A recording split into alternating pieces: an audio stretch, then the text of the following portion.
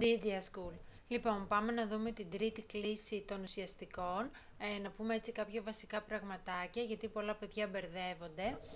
Αυτό που θέλω να σας πω είναι ότι τα ουσιαστικά της τρίτης κλίσης χωρίζονται σε κατηγορίες ανάλογα με την κατάληξη, το θέμα και το χαρακτήρα.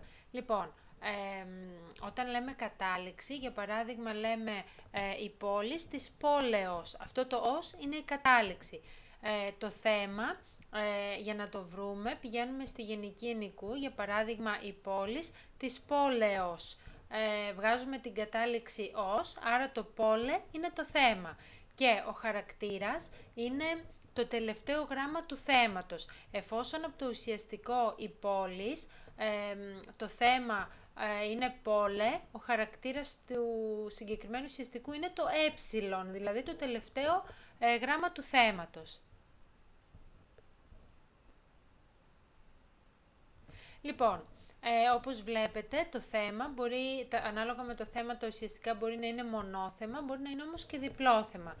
Μονόθεμα είναι αυτά που έχουν ένα θέμα σε όλες τις πτώσεις, για παράδειγμα ο ήρος του ήρωος. Όπως σας είπα, για να βρούμε το θέμα πηγαίνουμε στη γενική ενικού. Εδώ το ήρο είναι το θέμα, βγάλαμε δηλαδή την κατάληξη ως και έμεινε το ήρο, αυτό είναι το θέμα μας. Και το ωμέγα είναι ο χαρακτήρας. Τώρα, και μπορεί να είναι και διπλόθεμα, να έχουν δύο θέματα, για παράδειγμα ο ηγεμόν του ηγεμόνος. Παρατηρούμε εδώ ότι το ωμέγα γίνεται όμικρον, άρα λοιπόν έχουμε δύο διαφορετικά θέματα, το ένα είναι με ωμέγα και το άλλο είναι με όμικρο. Λοιπόν, συνεχίζουμε. Πώς βρίσκω το θέμα, απλά το αναφέρω ξανά για μήπως τυχόν δεν το καταλάβατε. Βάζω το ουσιαστικό στη γενική ενικού και αφαιρώ την κατάληξη. Για παράδειγμα, ο ήρος του ήρωος. Αφαιρούμε το ως και το ήρο είναι το θέμα.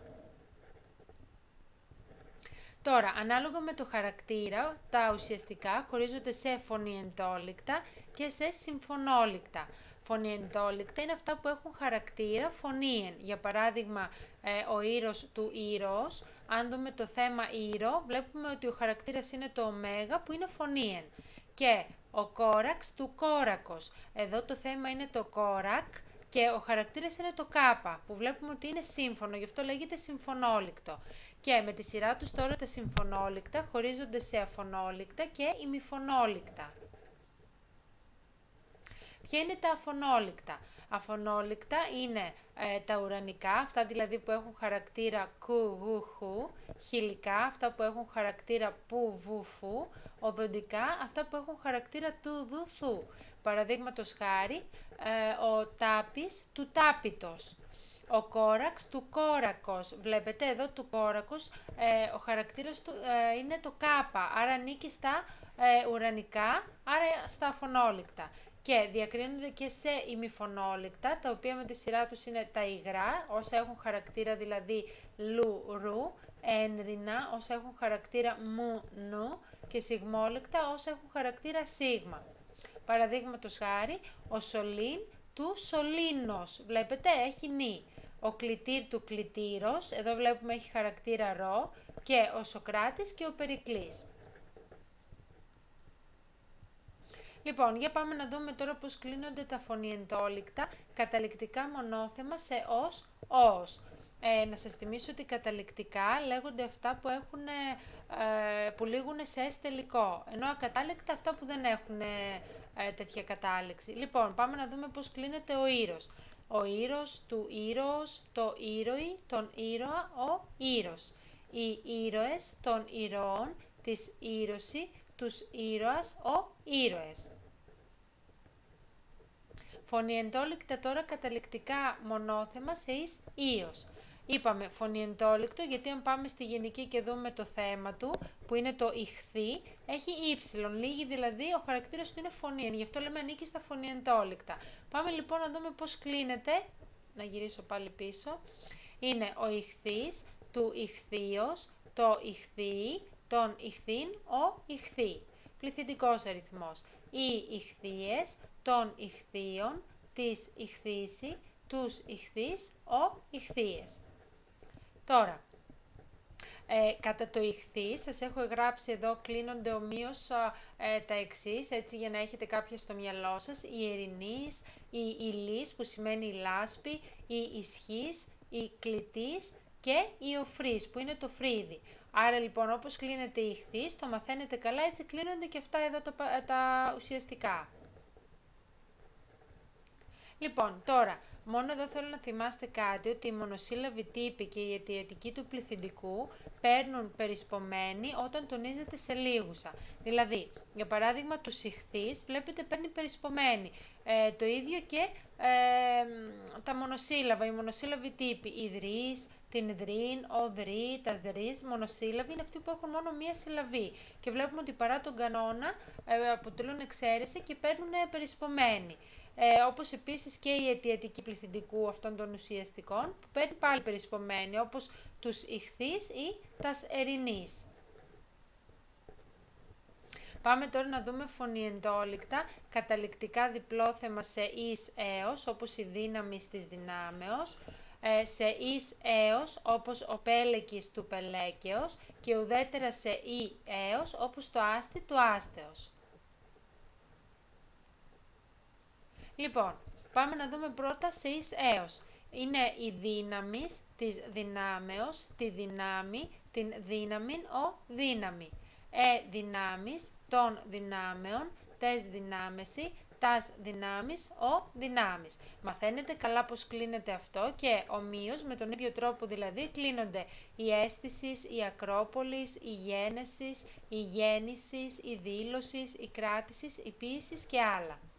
Και σας έχω δίπλα και ένα δισύλλαβο, η πόλης, της πόλεως, τη πόλη, την πόλην, ο πόλη. Πόλης των πόλεων, τες πόλεση, τας πόλης, ο πόλης. Με τον ίδιο τρόπο κλείνονται οι κόνης, που είναι η στάχτη, η σκόνη δηλαδή, ο μάντης, ο όφης, οι γεύσεις, οι όψεις, οι πτώσεις και άλλα. Εδώ ο όφης είναι το φίδι, έτσι, ακριβώς, λοιπόν, με τον ίδιο τρόπο που κλείνεται η πόλη, κλείνονται αυτά εδώ. Λοιπόν, συνεχίζουμε. Σε εις έως. Ο πέλεκης του πελέκεως, το πελέκι, τον πέλεκιν, ο πέλεκι. Η πελέκης των πελέκεων, της πελέκεση, τους πελέκης, ο πελέκης. Με τον ίδιο τρόπο κλείνονται ο πύχης και ο πρέσβης. Αλλάζουμε σελίδα.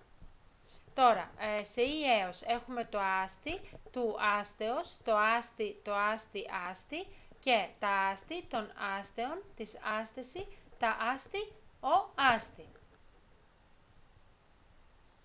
Λοιπόν, να θυμάστε τώρα για αυτά εδώ, τα φωνιεντόλικτα σε ις με γιώτα ή ις με ύψιλον και γενική σε έως, να βάλουμε τον τόνο εδώ.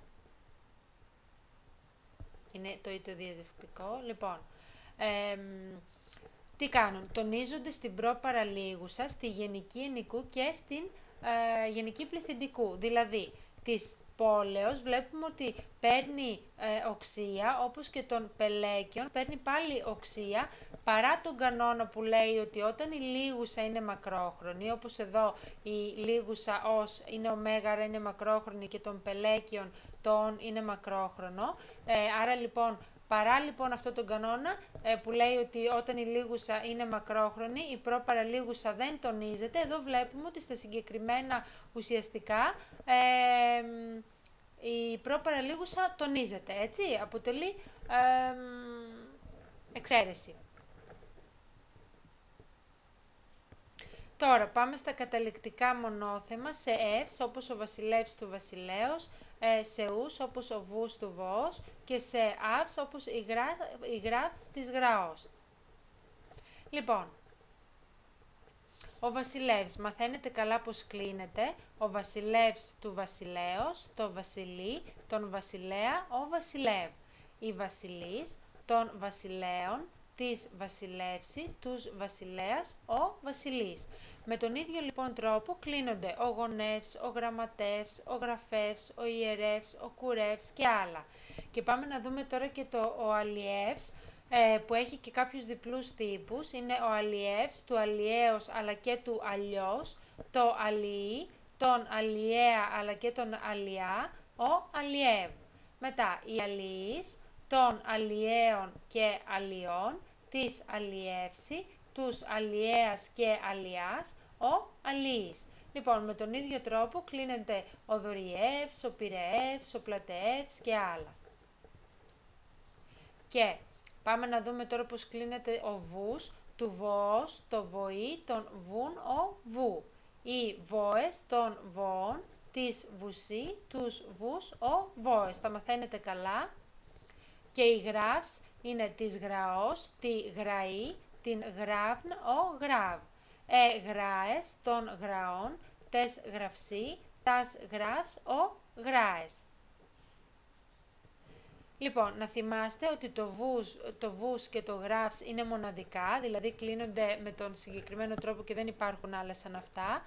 Το ύψιλον του εύς, δηλαδή για παράδειγμα του βασιλεύς ή του ους και αύς, αποβάλλεται πριν από φωνήεν. Δηλαδή ο βασιλεύς, επειδή στη γενική το συναντά το ωμέγα που είναι φωνήεν, φεύγει το ωμέγα, έτσι, και φεύγει το ύψιλον και βάζουμε το ωμέγα, γι' αυτό πάει ο βασιλεύς του βασιλέως.